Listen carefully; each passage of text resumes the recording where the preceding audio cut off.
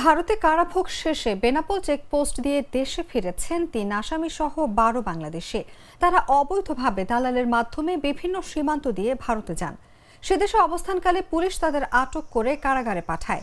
শুক্রবার সন্ধ্যায় বিশেষ ট্রাভেল পারমিটের মাধ্যমে ভারতীয় Petrapole immigration police Benapole checkpost immigration পুলিশের কাছে তাদের হস্তান্তর করেন। এর আগে তারা ভারতের দমদম সেন্ট্রাল কারাগারে বিভিন্ন মেয়াদে সাজা ভোগ করেন। তাদের মধ্যে গাজীপুরের সুমন সরকার, নরসিংদীর ওমর ফারুক ও খুলনার রিয়াজুল ইসলামের নামে বিভিন্ন থানায় একাধিক মামলা রয়েছে বলে পুলিশ জানিয়েছে। তারা মামলার পর থেকে ভারতে পালিয়ে যায়। বেনাপোল চেকপোস্ট ইমিগ্রেশনের পুলিশ পরিদর্শক মোহাম্মদ ইব্রাহিম হোসেন জানিয়েছেন, আইনি প্রক্রিয়া সম্পন্ন করে তাদের বেনাপোল পোর্ট থানা পুলিশের কাছে হস্তান্তর করা হয়েছে। থানা পুলিশ আইনগত ব্যবস্থা নেবে।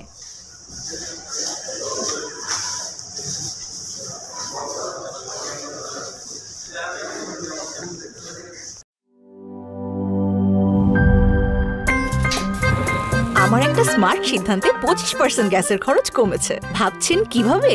সাধারণ গ্যাস স্টোভ বদলে আমি এনেছি আরএফএল গ্যাস স্টোভ। এর সাইন্টিফিক নজল ও ব্রাস বার্নার ক্যাপ সমানভাবে তাপ ছড়িয়ে রান্না করে দ্রুত। তাই গ্যাসও বাঁচায় 25%, টাকাও বাঁচে 25%। আরএফএল গ্যাস স্টোভ নিরাপদ ও গ্যাস সাশ্রয়ী।